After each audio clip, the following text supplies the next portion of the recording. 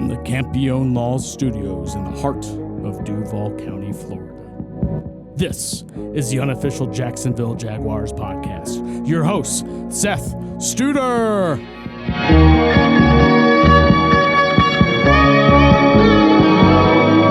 Oh. Yeah, let it ride out. We got the mellow version playing today. Damn. Let it ride.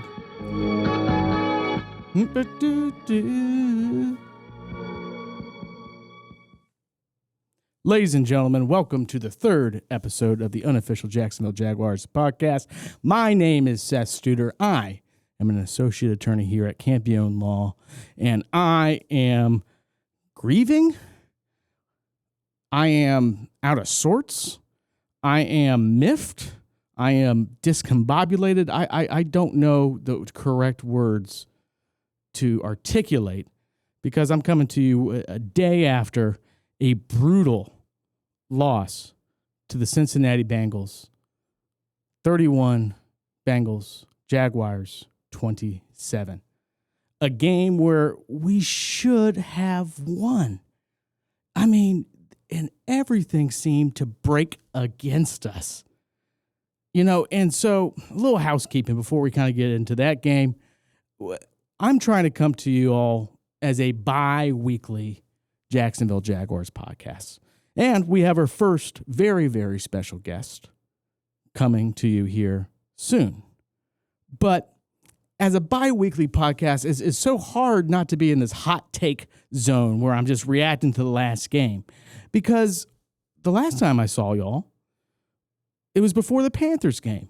And in that game, we romped them 26-10. And it felt like it should be even greater than that. So we have the higher of the highs, and right now we're dealing with a gut punch. And the punch hurts so hard because, remember last year we went, 3-10 in one-score games? 3-10? And this is not the first time that backup Bengals quarterback Jake Browning has beat us. Remember, he beat us in that wacky Trevor Lawrence sprained ankle game, Monday Night Football, Week 13, 2023. And now, man, we're just licking our wounds because, I mean, you had that.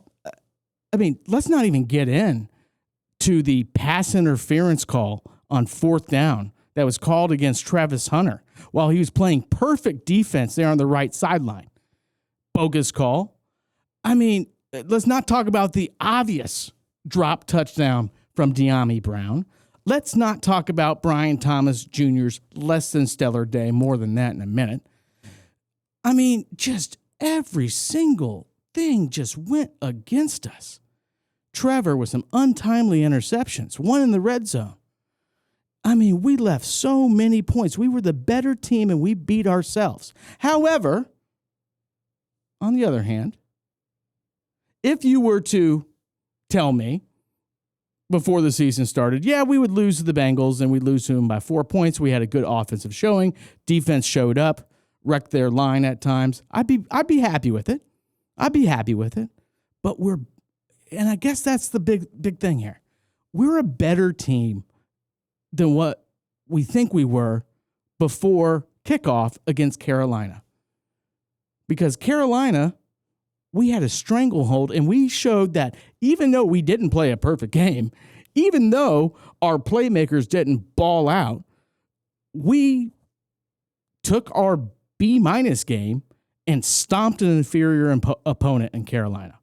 And that's something that really needs to be taken to heart. That's the kind of game that last year would have been kind of down to the wire, not this year.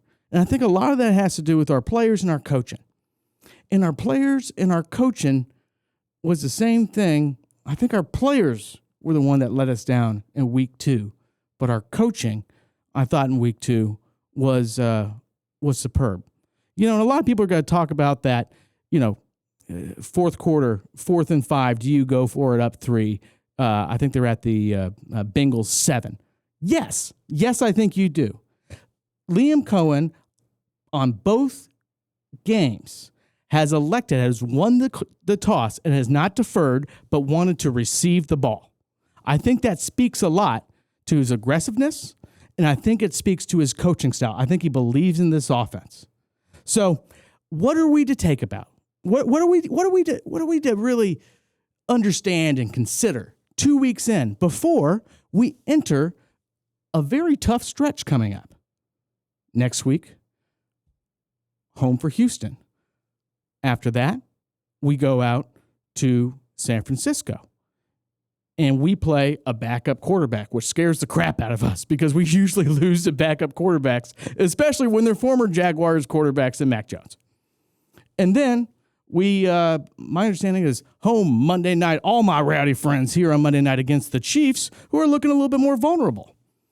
So what are we to take from it?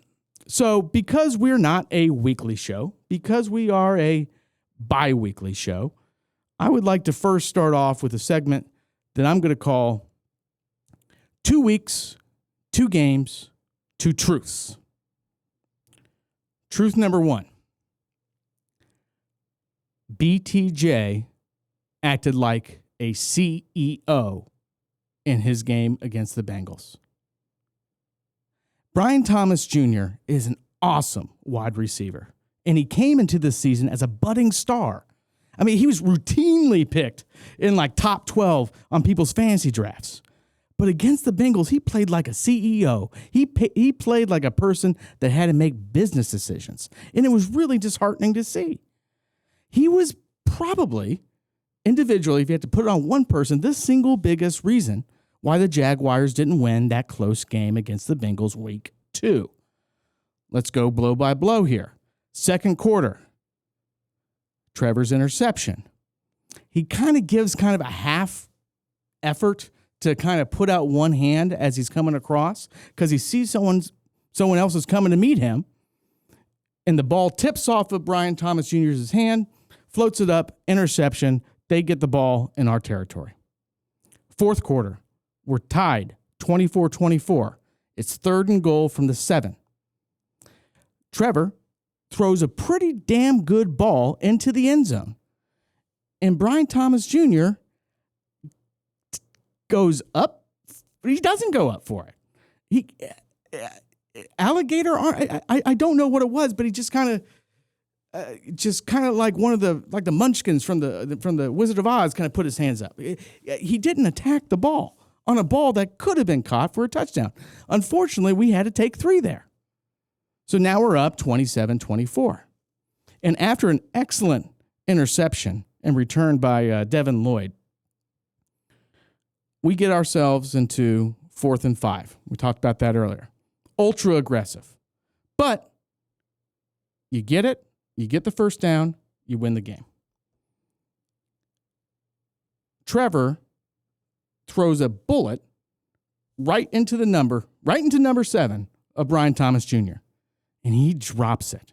Now, granted, on that play, he was a yard or 2 short, and he would have had a pivot and lunge to get the first down. So, maybe if he would have caught it, they wouldn't have converted on 4th down. Possible, but back-breaking stuff. And then this is something I only watched on the replay because I turned the game off as soon as they scored that touchdown. But on the final play, when they're kind of doing trying to do the Miami Miracle, trying to pitch it, the River City relay, Travis Etienne has the ball, is running. Brian Thomas Jr. is kind of behind him, and he's jogging. He's just kind of jogging. He's out. He's out on this, and doesn't provide himself an option and hustle up so he can be a pitch option for Travis Etienne during this essentially Hail Mary opportunity. And it just kind of summed it all up. And you see it on the tape. It's not just that first game. Brian Thomas Jr. so far doesn't look like he's ready to be a difference maker this year yet. I hope that changes. I think it will change. But we have to be able to call it out, right? Because you can tell after a lackluster Carolina game, the team wanted to get him involved early.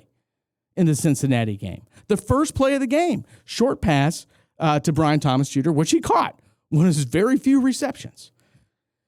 Throughout 2 weeks, 19 targets, 5 receptions, 60 yards. Last year, Brian Thomas Jr. was third in receiving yards in the entire NFL. And he was 6th in touchdowns. And most of that production came from Mac Jones and not Trevor Lawrence. I mean, maybe it's a Trevor Lawrence problem. Maybe it's the way that Trevor throws the ball. But whatever it is, they need to get on the same page. They need to show up. Because what we saw from our star receiver in the first 2 weeks is not going to cut it. And the most frustrating part of this whole thing is that the physical tools are all there. He's long, he's fast, he's got the frame, but talent in the NFL does not matter without intensity. Through 2 weeks, he's been more of a passenger than a playmaker. And that stands out on a roster where everybody is scratching and clawing for every yard. And Brian Thomas Jr., we'll get with it in our interview here, but he's a quiet type, right? He's humble. But we both know that he hasn't been just quiet, but a quiet effort type on the field until these last couple of weeks. And Jaguars fans, we have a rough, history with first round wide receivers, and we felt like we finally hit on one. We don't have. It's not a Matt Jones or Reggie Williams or Justin Blackmon. Comparing BTJ to them would be like not apples and oranges, but apples and desk lamps. But forgive the fans for the day if they're a little miffed, right? And so let's not overreact to his work rate and his ability yet. But if he stacks more games like he did in the last 2 weeks, it will be hard not to overreact. So BTJ, no more CEO games. Play through the whistle, man. You got this. That's truth number 1. Truth number 2 is Cohen creativity. Liam Cohen creativity on both sides of the ball. For all the bad things I said there about BTJ, honestly, that's one player. As a team, I've been very, very impressed by Liam Cohen's ability to generate a rush game, to generate a dynamic offense throughout 2 weeks. And you can tell in the Carolina game, they just came out more prepared than Dave Canales' team. They just came out more prepared. And you saw it in the blocking scheme. Even on that touchdown run, that end around reverse to Brian Thomas Jr., you saw this orbit motion by tight end Brenton Strange come out and then lead with a host of offensive linemen down the field. And you can tell what Liam Cohen is doing. We don't have the most talented offensive line, but Trevor Lawrence has only been sacked 1 time throughout 2 games. It's been really, really impressive. They make a trade for Tank Bigsby, get a 5th and a 6th. Actually, that 5th could become a 4th, depending on Bryce Huff's performance with San Francisco. But they've been using and revitalizing Travis Etienne and letting Bashal Tootin with a nasty cut on his touchdown against Cincinnati shine. Even LaQuint Allen, great pass protecting. Just the entire scheme is made and built up. Now, there's been some execution issues, right? Trevor hasn't made all the throws. He's thrown an interception or 2, some of which not his fault, some of which were great plays by the defense. I'm thinking about that J.C. Horn one where he circled back and one-handed it. But the entire scheme, it just doesn't have that, stale stink that it did with Doug Peterson in the last coaching staff. And that creativity has, I think, even shown up more on defense. I called it, Cohen's creativity. I might as well call it Campanile's creativity too. Because finally we're able to, with our use the strengths of our players to get home. We're dialing up simulated pressures, really creative blitzes, where we're lining up the box, sometimes just sending 4 and dropping back 4, and sometimes loading up the box and then blitzing with another player there off the edge. I'm thinking Jordan Lewis came off the edge against the Carolina in the Carolina game, got into Bryce's face and almost caused an interception. It's been really, really cool to just go, okay, let's not be predictable anymore, right? And you just see it on the field. And that's what makes me so excited, even at 1-1 after a tough loss. So, Jaguars fans, tell me this. Does this loss to the Bengals feel like last year's loss? No, it doesn't. It doesn't, because I believe we have a base of creativity and coaching that will allow us to be the better team on the field,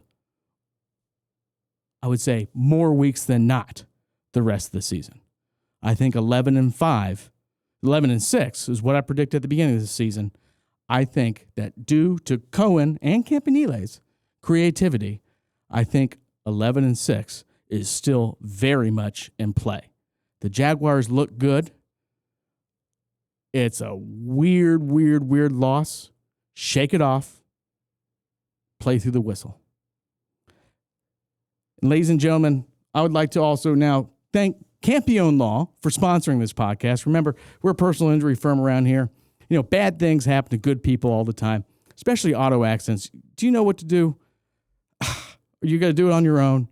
Or do you need help representing you against big insurance companies and all that stuff? If you feel like you need help, give us a call. We'd be happy to help you.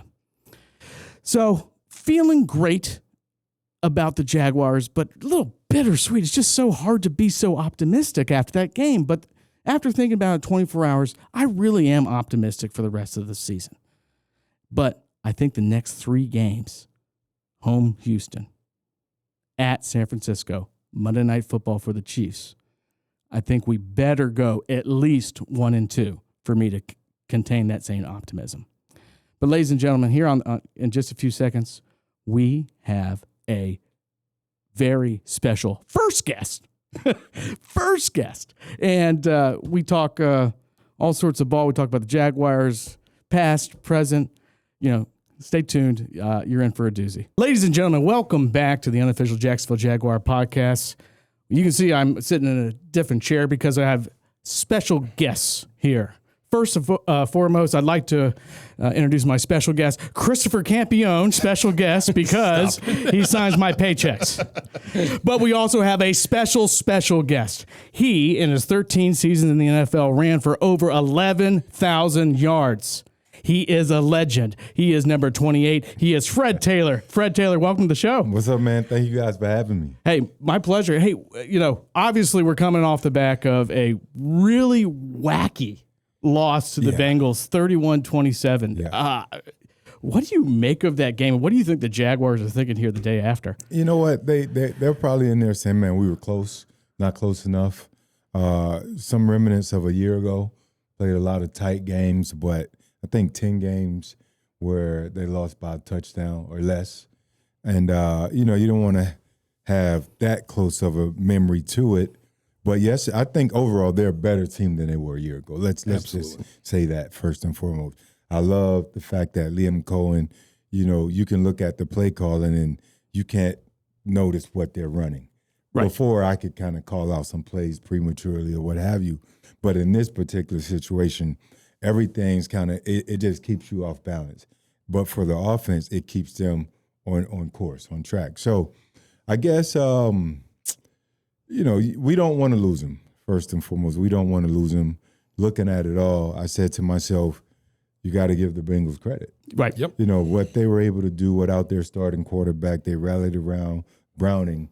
This is what NFL teams are getting paid to do. Not all of them can execute, but they were able to go out, find a way, continue to grind and fight, make the necessary plays, and win the game for their team. And they're 2-0. We're 1-1. All in all, it's not the end of the world. We got a lot of football left. Still would have loved to have pulled off that win. I know people want to throw Liam under the bus about the 4th and 5. Yeah. I think it's a great call. Yeah, I think so too. It's a great call. I said it on radio show this morning. They came in the building aggressive. Draft night, they were aggressive. They say we came here to win. Right. That call was we want to win. We're going to either go up 10. We're not going to play to lose. Right. And I respect it, so I'm all for it. And something I realized in both the games, as opposed to deferring after winning the coin toss, they both wanted the ball both times. Wanted to start off, and I think that kind of hyper-aggressive strategy is probably going to win us more games and lose some under this regime. What do you think? Yeah, I think if you I like the strategy. They're pretty aggressive. If you can, go out and capitalize on your opening 10, 15 play script, as we've done to start the season. We haven't seen that in Jacksonville in quite some time, where we're able to just march down the field and score. So Liam, he has a plan. He's very offensive minded. He strikes fast, as we've seen. His history of his coaching philosophy and style has been that. Coming from the McVay tree, right, and being able to do what he did with Baker Mayfield down in Tampa, completely changed his career around, right? I love the fact that they want the ball. They want to go and try to put points up. Now you give your defense an opportunity to go out there, get a stop, and go down. Your offense can go down and do it again. Well, and good. Yeah, no kidding. Yeah. And we'll see what happens next in Week 3, home against Houston. But Fred, I want to talk about kind of your career a little bit. Okay. You were here, got here early on Coughlin time. I appreciate that. Coughlin time, man. Maybe I was late. I don't know. He had his own time zone. Yeah. If you're not 5 minutes early, you're late. You're late. My question to you is, like, looking back on it, like, what was one of the other rules that Coughlin had? You're looking back on was like the most like come on, coach. So we had the meeting rule right there. You just mentioned it, the Coughlin time, 5 minutes. You had to be in there 5 minutes before the actual meeting started. So we had a 3 o'clock. You needed to be in there 2:50, really 2:54. But we also had this thing, if you've seen the movie Life, they had the gun line, right? Tell them about the gun line, boss. I love that movie. Right. We had this like concentration line. And it was when you entered the practice field. Right. And if you're not inside the concentration line before, almost like the Coughlin time meeting, you were going to be fined.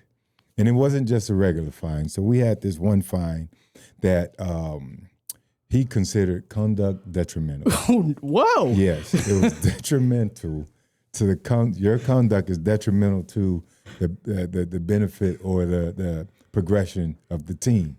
So you were a liability, basically. Right. Yeah, and conduct detrimental hit your pockets big time. Whew. And I could tell you one quick story. We had a player, Marlos Leroy. We had our business attire, was our travel attire. Okay. Everyone had to buy it way back in those days. Right. Now they just pull up in a nice Jag throwback jacket like you got on, and it's all good with some Gucci Louis and all that other stuff. But in Marlos, so he went to Georgia. We played at Florida. Keenan McCardle bet Marlos that if the Bulldogs lost to the Gators, that he would be able to pick him out a custom-made suit. Now, Marlos wasn't known for dressing. Okay. His suits were, they were from wherever, but he wasn't known for dressing. So this was his first custom suit, Right. by Keenan McCardle, the best-dressed guy on the team. It was a bright orange Florida Gator colored suit and some bright orange crocodile dress shoes. I reckon that thing had 4 buttons. Losing. That's when the Gators had the Bulldogs numbers. Yeah. We knew we were going to win. Coughlin fined him $10,000. What? 5 figures? Money that he did not have. Because he was like a free agent guy who got moved up. He didn't have the money, but he was fine. Because he looked like the guy from wore the suit from Dumb and Dumber. Pretty much. I would love to see a picture of that. Pretty much. It might be around somewhere. We didn't really have a whole lot of camera phones or anything back then, but it might exist. That's great. Was there one, looking back on it, was there one particular defender, like in your day and age, that you always circled on the calendar going, hey, this is going to be a rough Sunday? Not necessarily. No? It was going to be hell for them. Yeah, that's right. But there were teams, Right. as a unit, there were teams that I didn't necessarily was going to be rough. I knew they were going to get me to bring my best out, get us to bring our best out. But my mindset was always, I want your best. And it was usually the Ravens, the Steelers, those type of teams, the Buccaneers. They had a defense full of Hall of Famers, at the end of it now. There weren't a ton of other teams. Well, the Titans. Sure. The Titans were that team. They eventually became that team from my second year forward. I absolutely despise that entire organization. Although I have some really close friends that I played against, and I've made a ton of other really good friends. And that's what the sport does. You want to compete. You want to go out there and give it your all, and you leave it out there. But you can walk away, knowing that, look, we're just competing. All the other personal stuff, throw it out. Man, how's your family? Hug your wife, hug your kids. Yep. Like, we're all good homeboys, and that's kind of what I walked away with. But the Titans, the Ravens, the Steelers, that's the old AFC Central. The whole old AFC Central, man. Sure. Yeah. And, looking back, at your stats, conventional wisdom these days goes, hey, running backs after 30, don't touch them. Yeah. Your most productive and consistent seasons were at ages 30 and 31 in 2006 and 2007. What was that like for you to be kind of going into your 30s going, man, I still got so much game to play and so much left to prove? Right. It was a challenge. Much like when they tried to label me fragile, the average career is about 3 years. I turned out 13. In my opinion, I don't see anything fragile about that. But, no. When they tried to plant that tag on me, I was like, all right, I got to do some things differently. And I just started to kind of shift a few things that I was doing, and I was able to play a lot more games consistently. And that post 30, from that mark onward, there was a stat that said guys after 30 started to decline. Right. For me, that was a challenge. Yep. So I was like, I got to turn it up a notch. So I started training differently and taking care of my body differently. I was getting a lot more rest at home. My wife, she said, all right, no more 5 nights a week on South Beach. We got to dial it back to one night. So that way I was able to, really just focus and recover, because you realize now you're 30, it takes so much more to recover. Right? You're not a spring chicken. You can't just roll out of bed and go run 4.3, 4.4. You got to really put some effort into it. And after that, I was like, all right, I have to do things the right way. And I have to also give credit to Maurice. Mm-hmm. Maurice was one of those guys who, from 30, I believe when we met each other when I was 30, we were teammates for 3 years. In my last 2 years, 34 and 35, I went on to New England. So from 30 on, I had a good, castmate. Right. A great co-mate that we shared the backfield, and we trained together in the offseason. We challenged each other. We competed against each other, and we're still best of friends. Iron sharpens iron. Yep. It does. And kind of looking now at kind of today's game with all your knowledge and wisdom, is there a particular move, a cut, a skill that you think that today's running backs, the youngins, aren't doing enough? Jeez, I hate to be the Monday morning running back. Yeah. And second guess these guys, because really what we're, what I like to speak to those guys about really is just trusting your eyes. Sure. Right. I always tell them more than anything else, you have to trust your eyes. That position is about 90% instincts. The other 10%, I think you have to know what you're doing. But you have to just be great at reacting and anticipating things happening. They can have better vision. What I see with a lot of young backs is they don't have great vision. The footwork is there a lot of the times. Sometimes they're all playing too fast, too high. Okay. So I like to say, look, slow your tempo down, because once you take a step, that's the threat step. That's your immediate threat. The defense has to take off, because the defense is 8-man spacing. They all have gap integrity in lanes they have to be in. So if a young back knows this, once you take a step, they got to flow. Right. And just slow everything down. Don't let the game get too fast, because if it does, then the pressure mounts. When you slow it down and you take a deep breath, you can manipulate and do everything you want to do. So That's great perspective. yeah. Who do you think is the best running back in the game right now? Come on now, Saquon. Okay. If Saquon is he just has all the tools. He does everything. Catches well, runs well, makes all the right cuts, has the power, has explosiveness. You're not gonna run him down. Blitz pickup, you're not gonna run him over. Yep. You know, I think Saquon would be my one. Derek is close because of just how physical he is, right? And you know, for young guys, I want to throw Bijan in that mix. Okay. What have you seen from Bijan? Everything. Yeah. Everything Saquon can do, Bijan can do. I mean, equally as good. Equally as good. I haven't really paid a ton of attention to Bijan in the pass protection game, but I'm sure he's capable. Yeah, I haven't heard anything negative out there. I just hadn't evaluated it. But everything else, he's a jewel. He has everything. I mean, everything. He reminds me of a Marshall Faulk mixed with Saquon, mixed with a little Barry. He has everything. I hope he has a good year because I've got him on my fantasy team. Yeah, I tried to get him. He was gone quick. Yeah, especially when I don't know what's going on in our fantasy league. I think 3 years in a row I picked like 10, 11, 12. I had someone in mind who drafted B. Robinson Jr., Brian Robinson Jr., number 5, in mine. And we did the old school, and they pushed it up, and it took us 3 picks, and then we're like, dude, you didn't draft Bijan. You drafted Brian Robinson. You got to be a little more careful. Where's that? It's not quick enough. The and they're like, can we take it down? I'm like, no, you can't. More careful. You can't take that down. That is crazy. You guys are rude. You didn't let him swap it out? No, wow. it's set. That's a tough league. Yeah, that's what they're for. You take the sticker off. You had enough time. You put it on.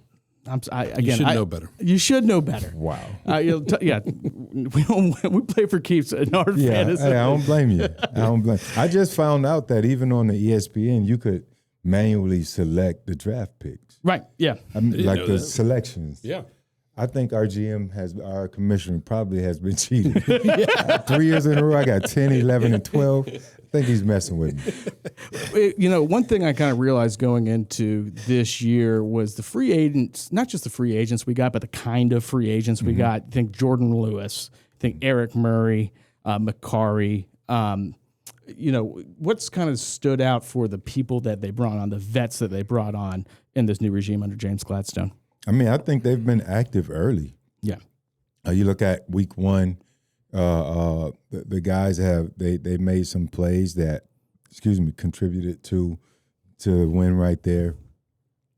Even from, starting out the game, we had an early PBU that led to an interception that led to points. And then on the back end, we had another interception that closed the game out. Yeah, Jordan Lewis with a nice one-hander. Jay Lou, he had a really nice one-hander. I told him, I said it through the radio show, that he should have probably gave Wingert his interception ball because of the holding. Wingert's pick 6. Dewey housed it. Yeah, he got it called back. He would have had 2 back-to-back picks with the pick that he had yesterday, or the pick that he had versus the Bengals. So I don't know, man. I think right now, the guys that have been brought in, as well as the draft picks, when you look at too, and LeQuint Allen Jr., how well they've been running and how they're producing in the run game, and from an offensive standpoint, we know with Travis Hunter, what he's capable of. Look at De'Ami Brown. Minus the drop touchdown. De'Ami, I love you, man. I was happy they brought you here. The big play, I'm sure he'll bounce back, because he did bounce back. Yeah, he's produced. He has produced. Big 3rd and 9, but he's produced. Yeah, in the air and on the ground. So it seems that Gladstone, Baselli, Coach Cohen, they've made the right moves, because all those guys are been a big part of where we are now. And I mean, you've how did you have a great podcast called The Pivot? Thank you. That started, it was a 21, 22? 22. Yep. How did you start that? Who came up with the idea? We were at another podcast, and I will not say the name for the sake of sparing myself from myself. And unfortunately, the paperwork wasn't, done right, and it was just kind of a handshake and trust amongst guys who considered themselves friends, and that fell through. So we had to pivot. And in the midst of pivoting, we, Channing, who was over there as well, we got with the producer who was there as well. And the three of us reached out to Ryan Clark. Yep. And RC said, yeah, let's make it happen.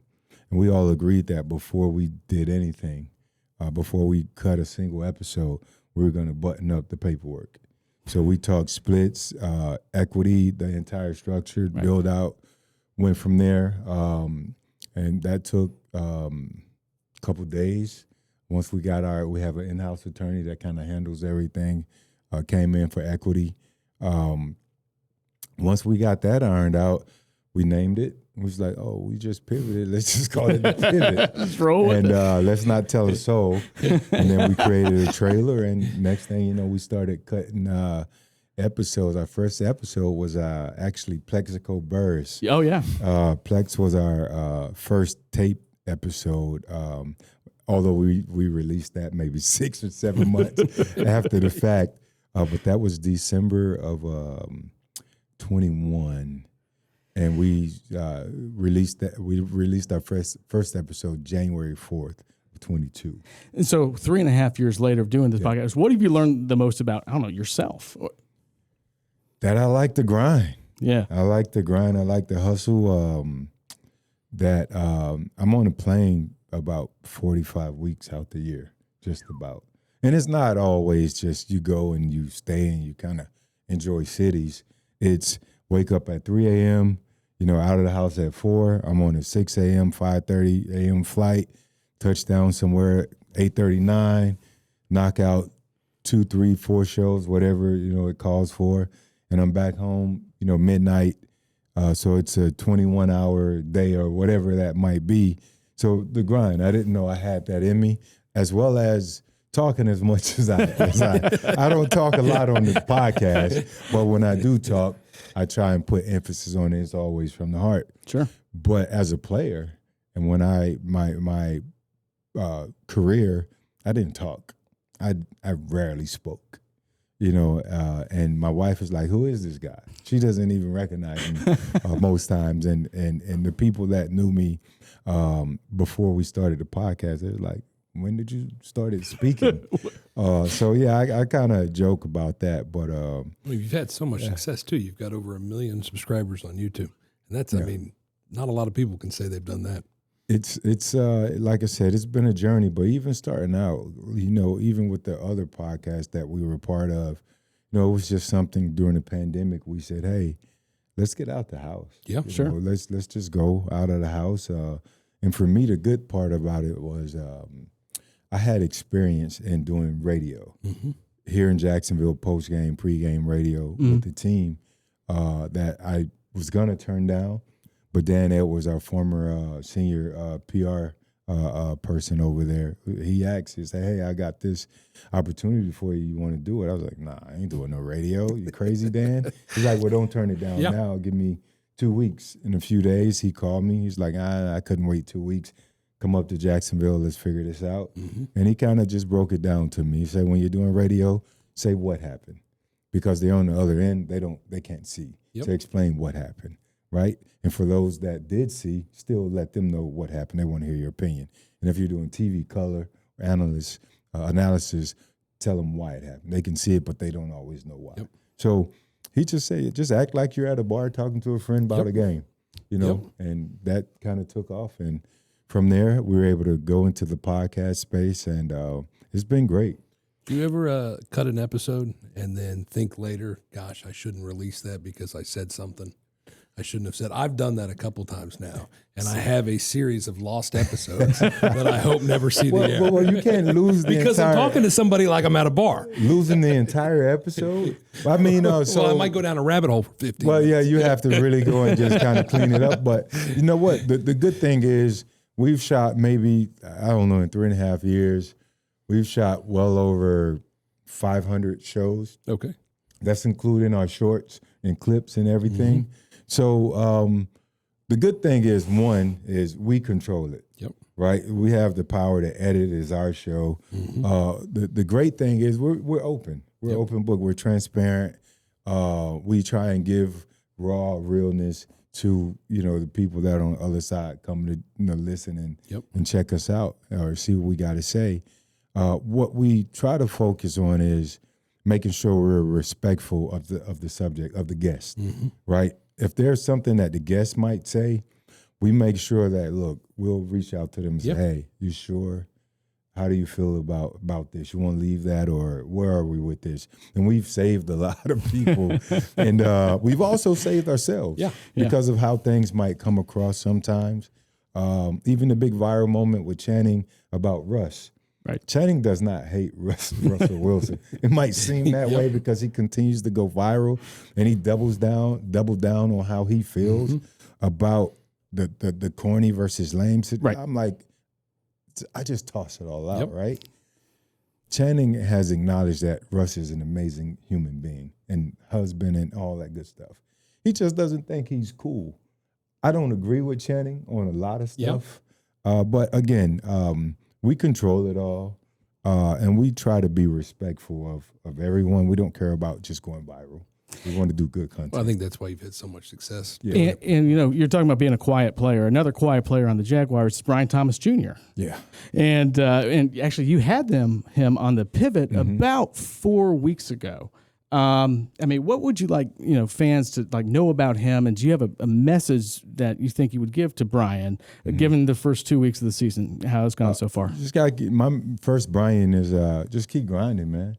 It's part of the game. Even a year ago, he didn't really hit his mark until after first 5 or 6 games, right? And he still ended up being, what was it? 1,300 yards. Third in the NFL in yards. Third in the NFL in yards. So, and he didn't hit his stride for a while. So he has to make sure he's, maintaining his confidence. Yes. And understand that these things do happen. Now, you can't get too tough on yourself, but just continue to work. Get on that jugs machine, double down on everything. That's the third time I've said double down on it. You triple down on double down. Triple down on double down, right? That's probably what I just but no, I think he just needs to refocus and go back into doing the main thing. Right? We always say keep the main thing. Get on the jugs machine. Just catch unlimited amounts of balls after practice. And now once you've done this, you can go into the game with the ultimate confidence. And if you do happen to have a drop, that's next play. It's part of it. So you have to move forward. What I want the fans to know about Brian is he's, one of the most humble, respectful, amazing people that I've met. He wants to win. He wants to learn how to be a leader.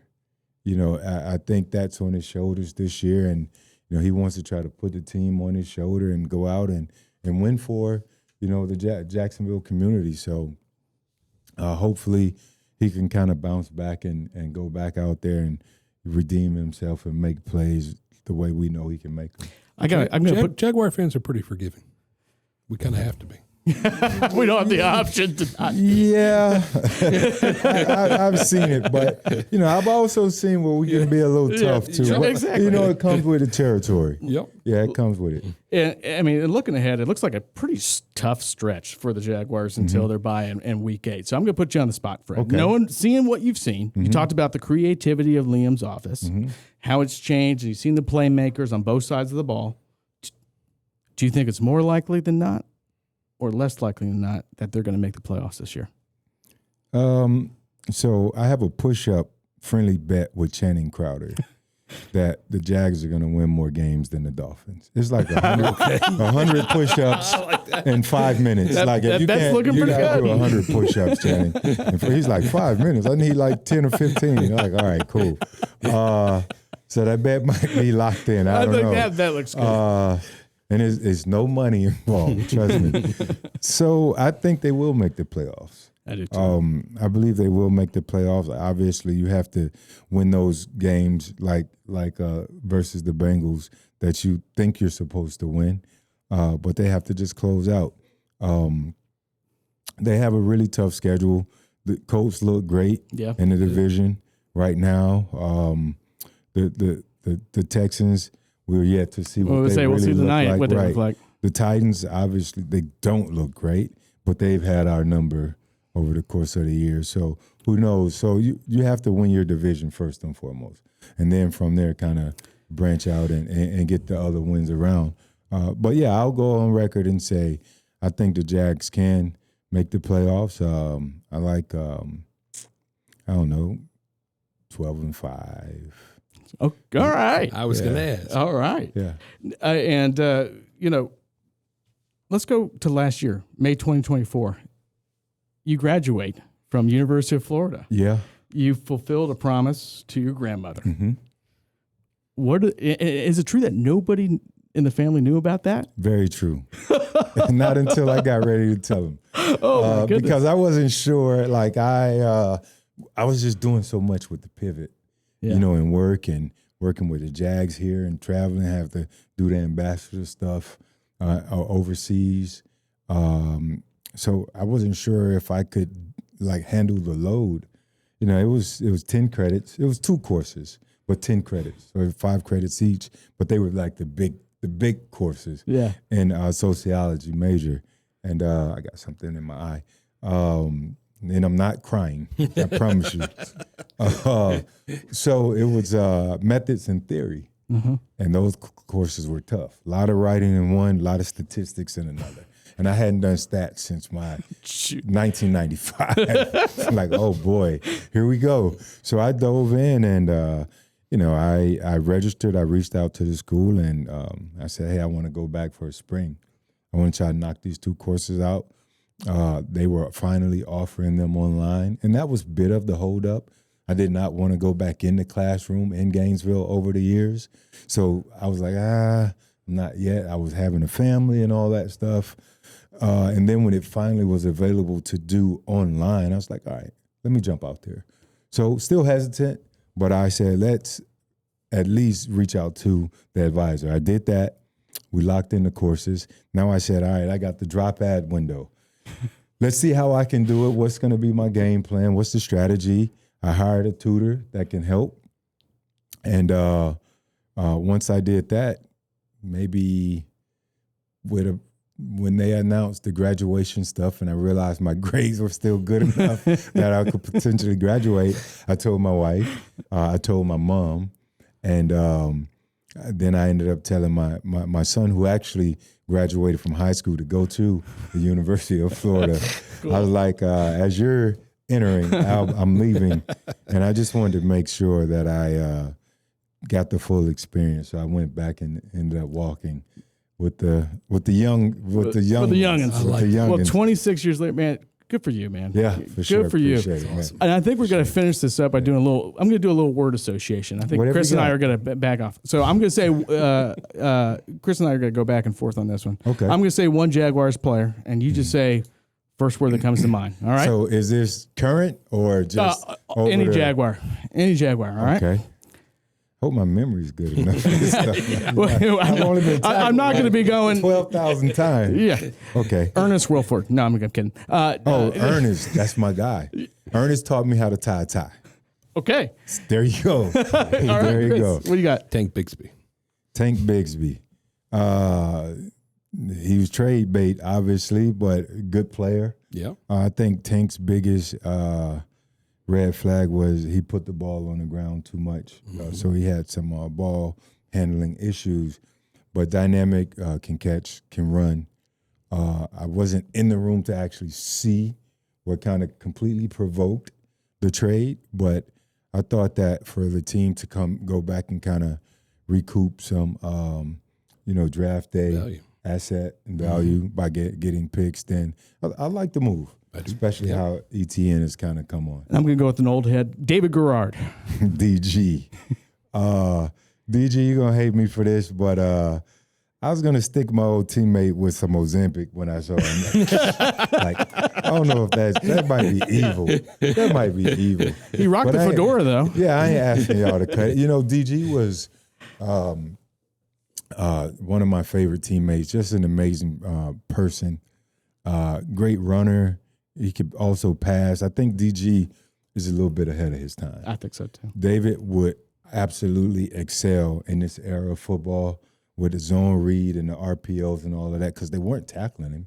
He was a Steve McNair type, can throw it, put some zip on it, very smart, had some decent speed, but he was more physical than fast. His wife, Mary, just an amazing person. She keeps him grounded. ECU, I had to hear enough of that Eastern Carolina stuff. Pirates. Yeah, but Dave is amazing, man. He's a good person. Well, you got one more to list off? I've got one more. This is more of a question. Mm-hmm. I've got about 80 Trevor Lawrence rookie cards of a different variety in my safe.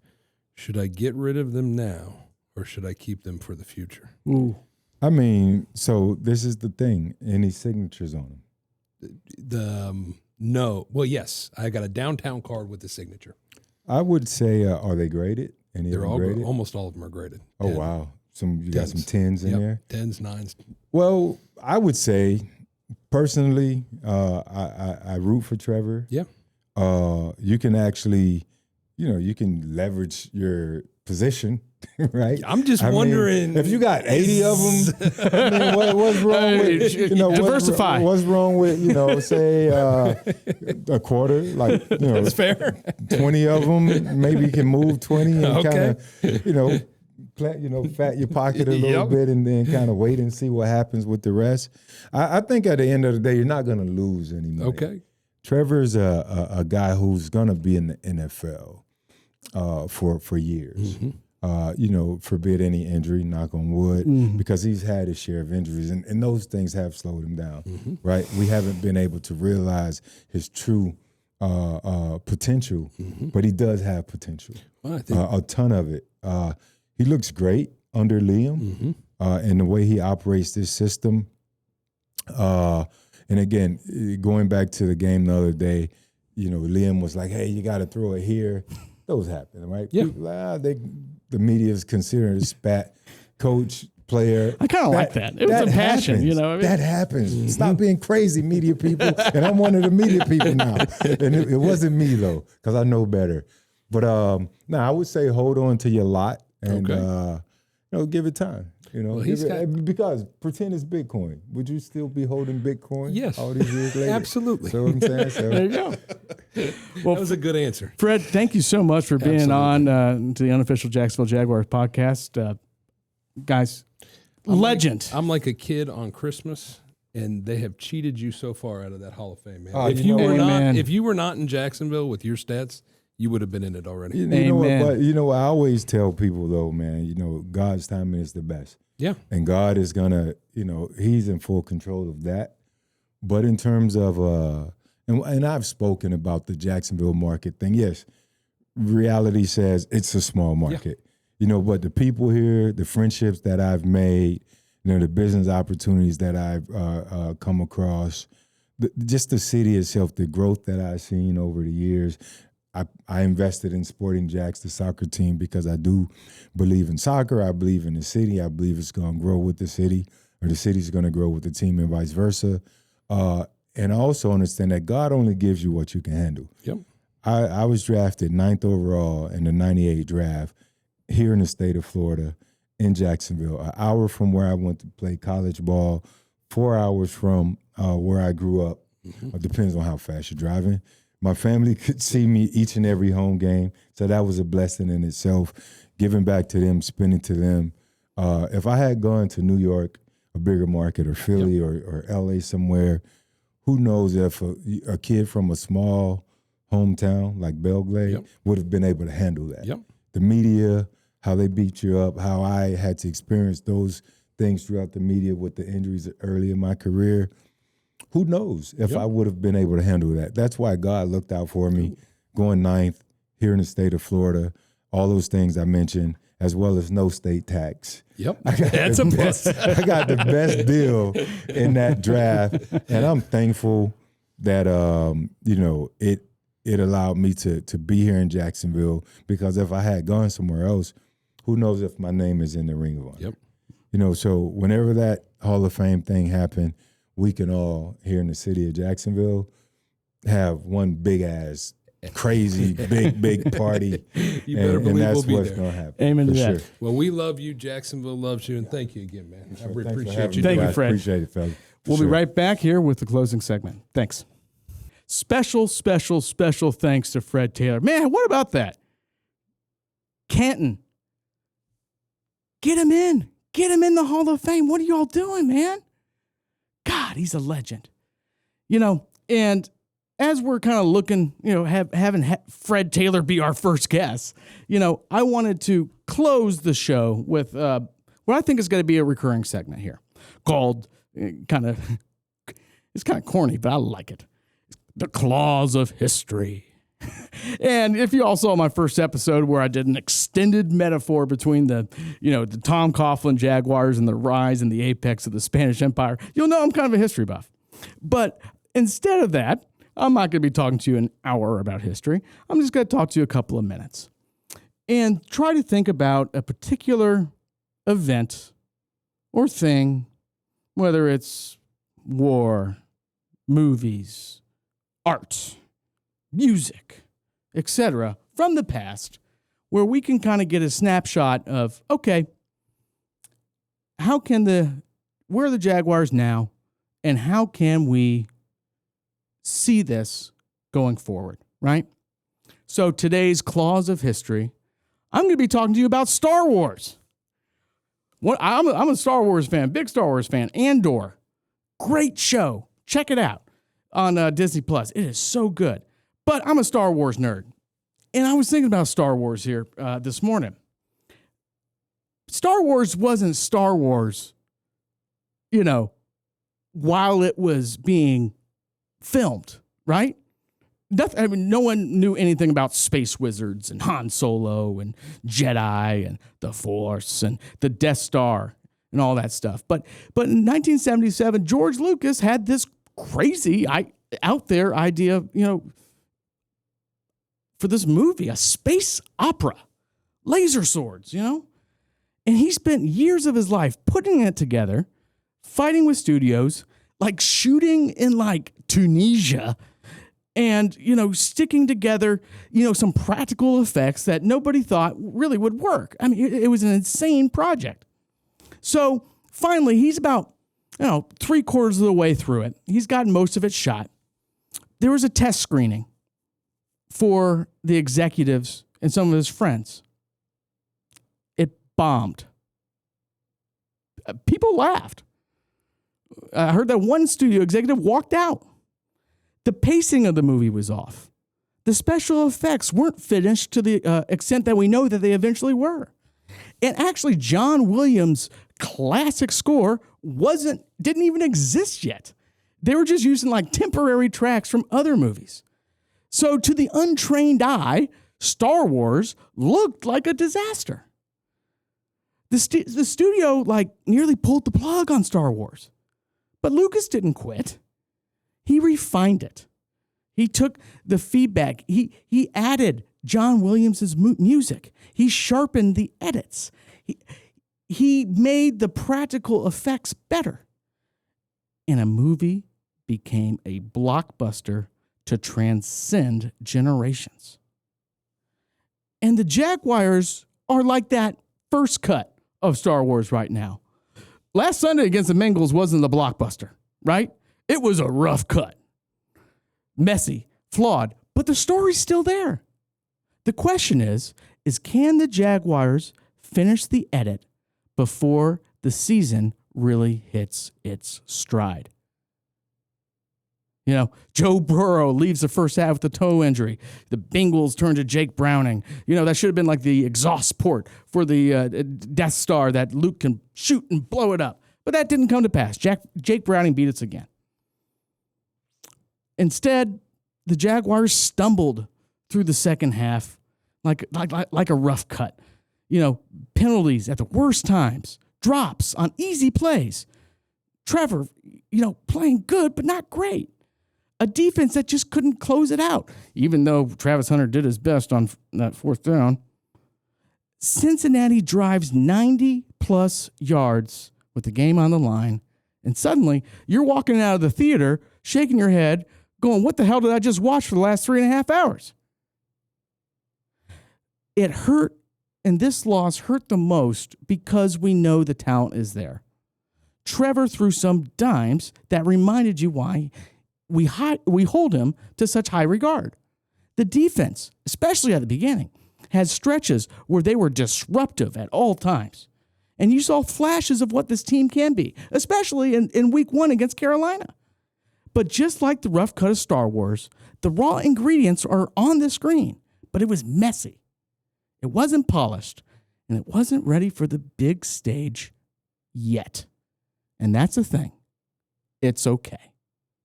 Because like Lucas, you don't judge the version and the vision off the first cut. You judge it by what he puts on the screen. So, fix them. Fix the penalties. Refine the playbook. Refine the execution of the plays. And the story that Liam Cohen is trying to tell will still be intact. This isn't a team without a vision. This is not 2023 Jaguars. This is not 2024 Jaguars. I sincerely believe that. This is a team that's still in the editing room. And that's what excites me.